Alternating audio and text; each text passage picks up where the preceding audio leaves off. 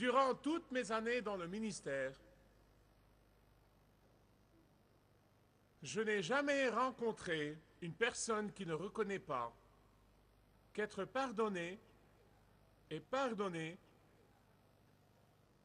est en fait l'un des fondements principaux et essentiels de la foi chrétienne.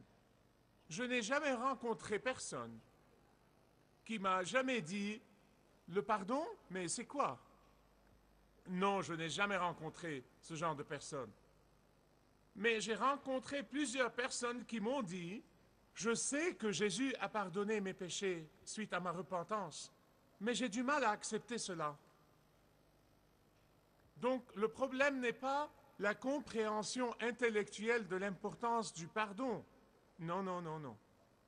L'essentiel, c'est comment accepter et recevoir le pardon.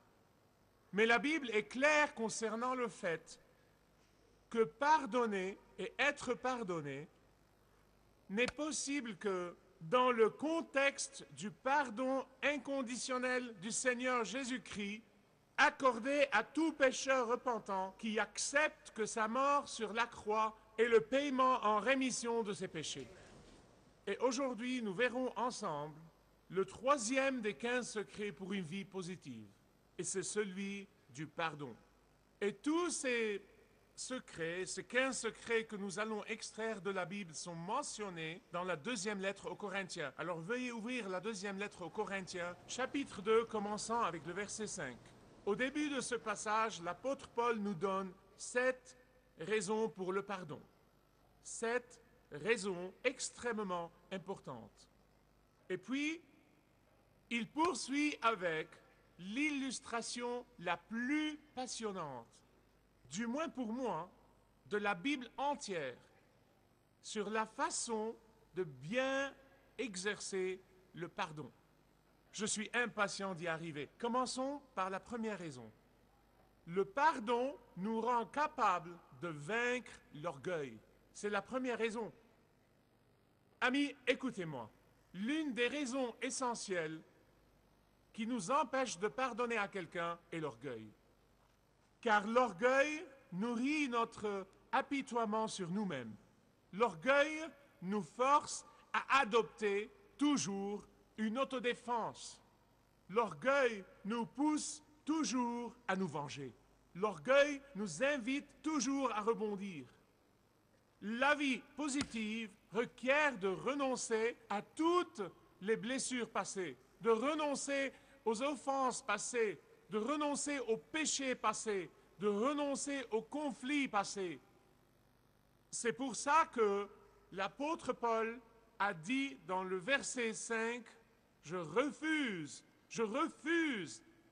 d'être offensé. Je refuse de permettre à l'amertume de voler ma joie. Je refuse de permettre à l'amertume de me rendre inefficace quant aux missions du Seigneur. » Alors, la première raison est la défaite de l'orgueil. Deuxièmement, la deuxième raison, la raison pour pardonner est montrer la miséricorde. Lisez le verset 6, montrer la miséricorde. La punition qui était infligée aux coupables, aux yeux de l'apôtre Paul, est suffisante. Elle était suffisante. En d'autres termes, il dit, ne suivez pas la volonté de la chair.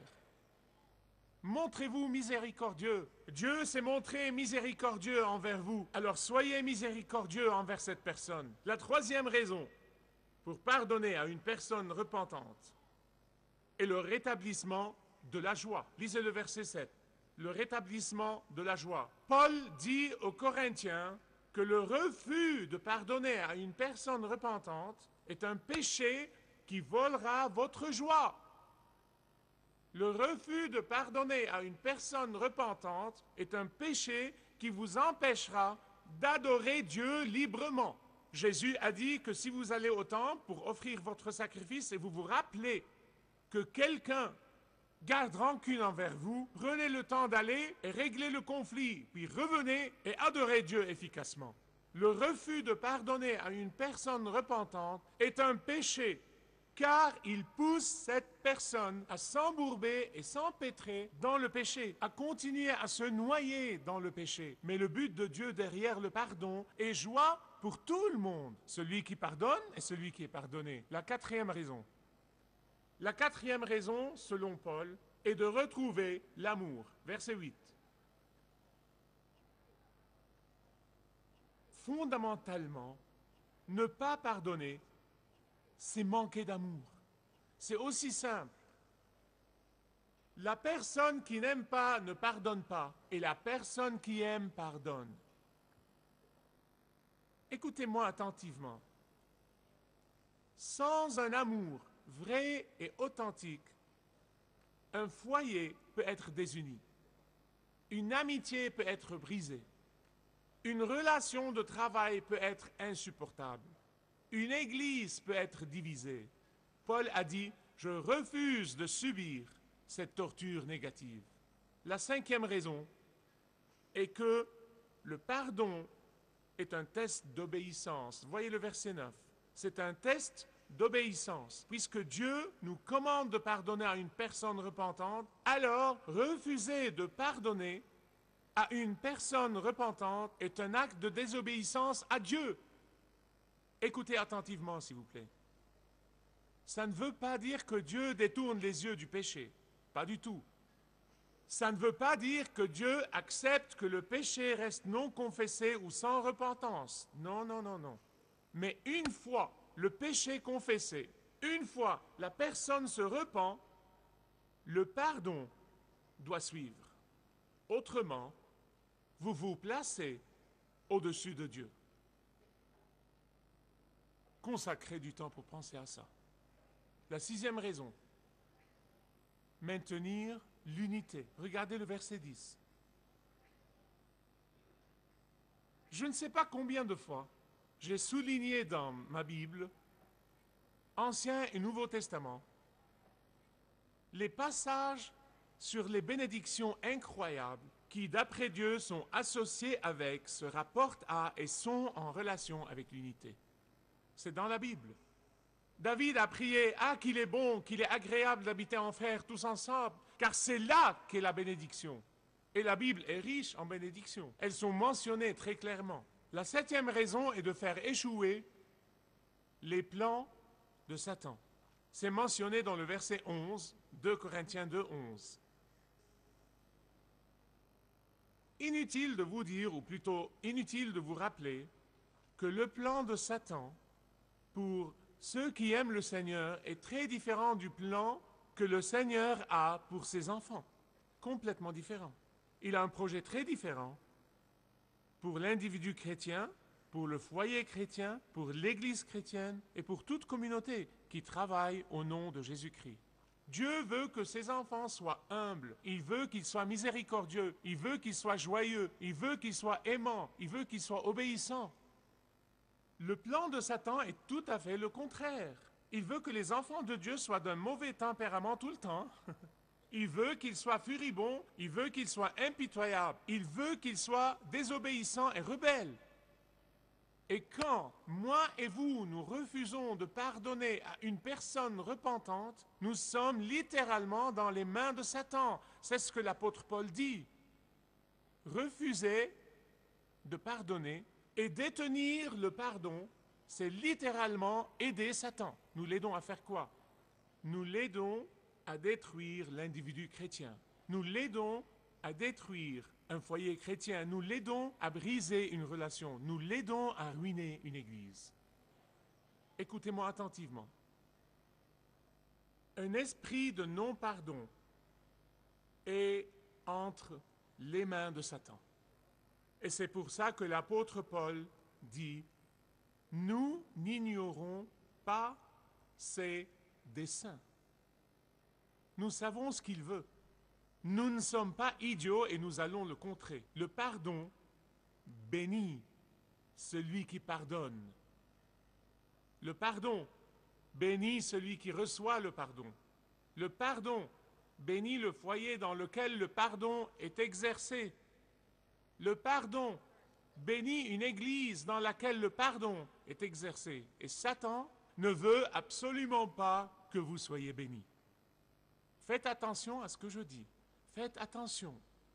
Paul poursuit immédiatement, sans reprendre son souffle, Après son long discours sur le pardon, il poursuit littéralement sans même un petit repos pour dire à pleine voix: grâce soit rendue à Dieu qui, dans le Christ, nous emmène sans cesse dans son cortège triomphal et qui par nous répand en tout lieu le parfum et l'arôme de sa connaissance. Car en effet, pour Dieu, nous sommes la bonne odeur du Christ parmi ceux qui sont sauvés et parmi ceux qui périssent. Vous ne comprendrez jamais ces versets avant de comprendre à quoi l'apôtre Paul pensait concernant ce cortège triomphal. Ce à quoi Paul pensait dans ces trois versets, est le cortège triomphal romain. Comme vous le savez, Rome a conquis le monde et a développé un grand empire. Et à chaque fois que l'un des généraux romains se dirigeait vers une région du monde et se rendait maître de cette région, il revenait de nouveau à Rome pour y être accueilli par un cortège triomphal. Et c'est l'illustration que l'apôtre Paul utilise quand il dit « Grâce soit rendue à Dieu » qui nous emmène sans cesse dans son triomphe ou qui nous mène dans un cortège triomphal. C'est ainsi que ça se passait à Rome, juste dans la rue principale. Il y avait de côté la tribune principale. Il y avait aussi l'estrade et tous les dirigeants, et l'empereur bien installé sur son trône, regardant la parade qui défile devant lui. Voilà comment ça se passait en tête les fonctionnaires du gouvernement, je veux dire les membres du Sénat romain. C'est eux qui défilent en premier à la tête du cortège triomphal. Ils sont suivis par les trompettistes. Puis ils sont suivis par les personnes qui portent des pancartes et des sculptures représentant la terre conquise. Et le défilé se poursuit avec un taureau blanc qui est destiné pour l'abattage. Et à la fin de cette procession, il va y avoir une célébration et ils vont abattre le taureau blanc. Puis défilent les princes et les chefs et les généraux de la terre conquise, pris comme prisonniers. Ils sont enchaînés. Ils marchent maladroitement, ils sont incapables de suivre le cortège, mais ils continuent à marcher, ils participent au cortège, mais ils avancent vers une mort certaine. Puis après, suivent les annonceurs avec leurs stylets. Ensuite arrive le groupe des musiciens. Puis arrive le groupe des prêtres qui oscillent leur encensoir, embaumant avec l'encens la grande rue principale de la majestueuse Rome antique. Puis voilà la partie la plus importante de tout le cortège triomphal. Le général arrive, le général victorieux, le héros triomphant. Il se dresse avec fierté sur un char tiré par 4 chevaux. Et en se dressant dans ce char, il tient en main un sceptre en ivoire avec l'aigle romain sur le sommet. Et sa tête est coiffée de la couronne de Jupiter, qui est tenue en place sur sa tête par un esclave. Après le passage du général dans ce cortège, il est immédiatement suivi par sa famille. Donc sa famille vient directement après lui. Et immédiatement après la famille, arrivent en procession tous les soldats et les officiers qui ont lutté et vaincu pour les généraux.